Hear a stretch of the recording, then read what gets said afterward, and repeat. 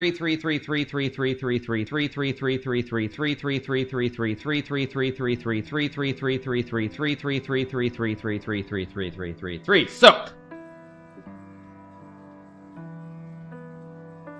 we're playing Vokidov.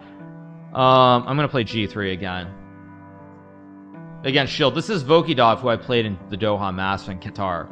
Shamsuddin Vokidov, also my teammate in the Pro Chess League. Okay, let's play knight f3. I don't want to burn my whole clock. Let's just go d4. Let's play a Sicilian. Why not? We're gonna change this back into Sicilian. Knight e2 also playable. Both moves playable. It's developing castle. Just got to make sure bishop g4 does nothing. It's not really. Guess I'll go h3. h5 is an interesting move. I don't know if it's good or not. I mean, unless he intends to go for some big sacks here on the king side. I mean, maybe I don't understand chess, but I don't believe him. I'm basically calling his bluff and saying, if you want to take or you want to go h4 or whatever you want to do here on the king side, I don't believe you. You're full of Bologna. And if he's right and I'm wrong, he's gonna win the game. That's basically how it goes. Could play bishop g5 here. I also have f4. I think I'm gonna go f4 here. Again, I'm not worried about h4 because I just go g4. Okay, so we're in the show me the money phase. Either he's got a big sack on g4 or he's just much worse.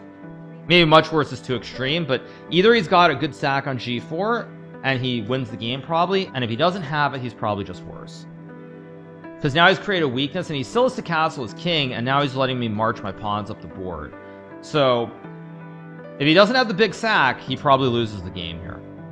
And the fact that he's using so much time tells me that he does not have the big sack. 'Cause he would have played it right away if he saw something. There goes queen c7, another move that I don't really understand. I mean, I guess he wants some f5 d5 action. I don't want to play f5. I think what I want to do here is maybe play knight d5. It's not actually the dream, but it looks good. I'm thinking too long though. Yeah, I think I just go for it. Just play it. And knight a5. Now it's a question of, do I trade the knights or do I play c3? Also a big question. I think I'm just gonna trade the knights and go c3 here. Probably I'll try to reroute my bishop to f2 down the road. I should be better here. I don't know if it's much better or just a little bit better. That's the only problem. Okay, let's go here. Bishop f2, bishop h4 is my idea, obviously.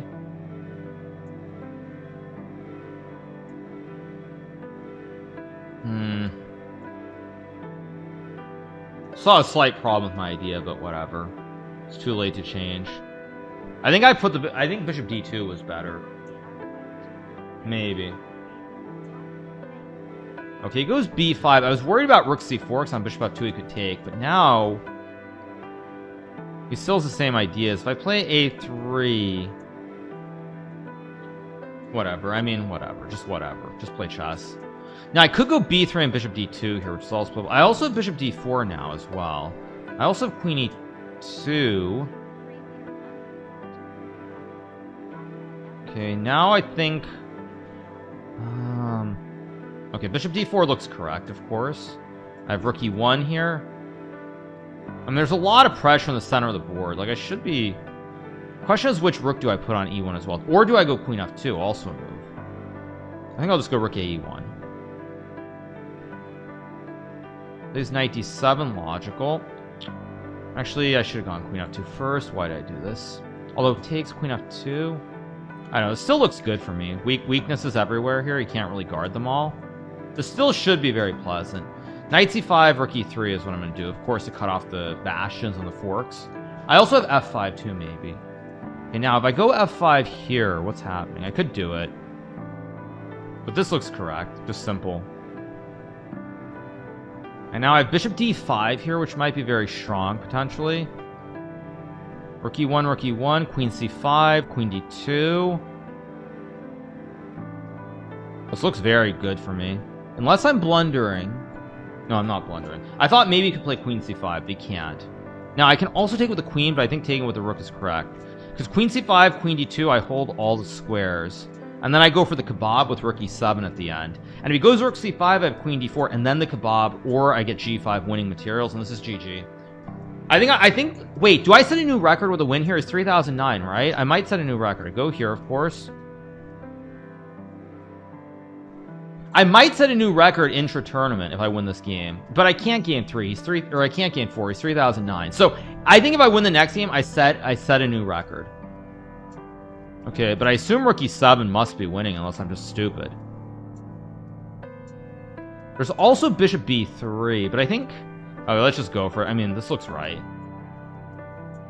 This can't not be right. Knight b6, I'm going to take. I mean... Bishop b3 maybe.